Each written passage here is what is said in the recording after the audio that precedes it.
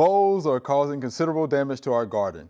They have eaten on our potatoes and they destroyed our new planting of blueberry bushes last winter.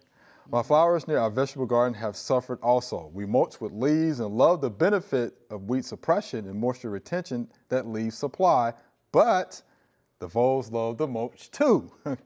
What can we do to prevent vole damage and still have the benefits of the mulch? And this is from Miss Anita in Gaston. This is actually a good question. So what can you do to prevent vole damage and still have the benefit of the mulch? What do you think about that, Wal? Well, first, just make sure your mulch is not over 3 inches deep, I guess, because they love to play in that and live in that deep mulch. So yeah, they like cover. Right. yeah, they like love cover. Yeah.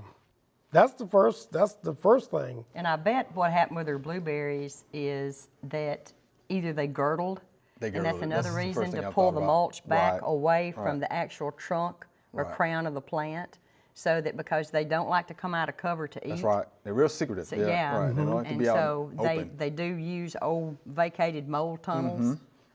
So, they can get down in that. But I don't know, for me, I would poison them.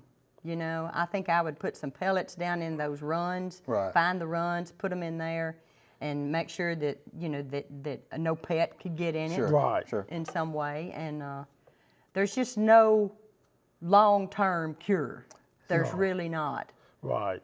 And I even have a funnel that I use that I stick off in those holes and pour the poison off, the pellets off in there and get them off in there deeper. Okay.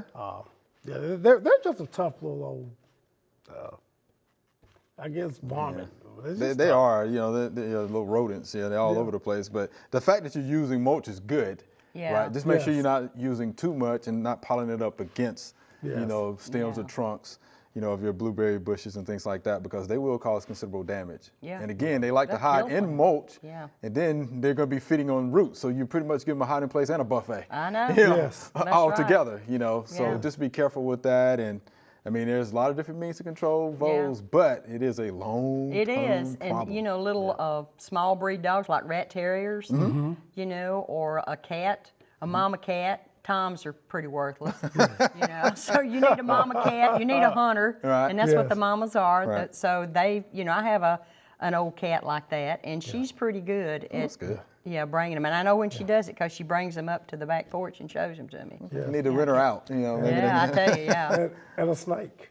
Yeah, and there you go. Yeah, again, we're killing our beneficial, snakes. Right. That can definitely help us out with that. So using the natural predators, works really well. And we always think of snakes as bad or evil, but they're the non-poisonous ones are very beneficial in our gardens because they help keep those kind of bad vermin populations down. They sure do. Hope you enjoyed the video. We would love to get more questions from you. So be sure to leave us some comments.